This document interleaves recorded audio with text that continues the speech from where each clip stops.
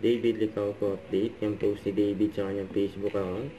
And chill lang si David sa beach. Saka ito yung highlight si David. Just a motivated 3x3 basketball games na ginanap dyan sa Vista Montague. Yan pang MVP yung laruan ni David eh. Kaso nga lang, yan, sumakit ng paka, na-injury si David. Next time, ingat sa basketball. Yan, tao injury yan. Yan, ang galing sumalaksak ni David eh. Yan, lagi naiiwan yung bantay. Kaya masaya yung mga fans si David eh. Namit nila si David dyan sa event. Nakita nila yung magandang laro ni David yun oh. Grabe yan oh. Nagpakita ng gila si David eh.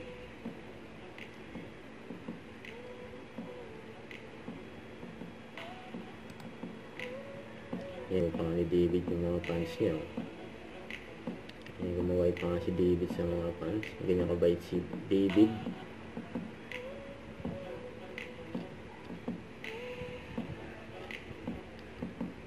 Ayan, minum pa nga ng kape David.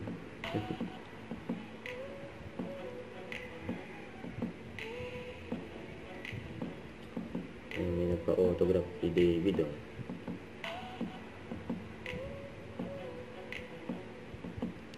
Ayan, next time ingat sa paglalaro ng basketball. Ayan, may nagpabati rin oh.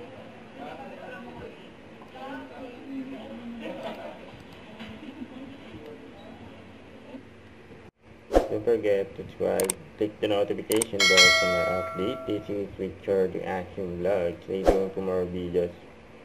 See ya.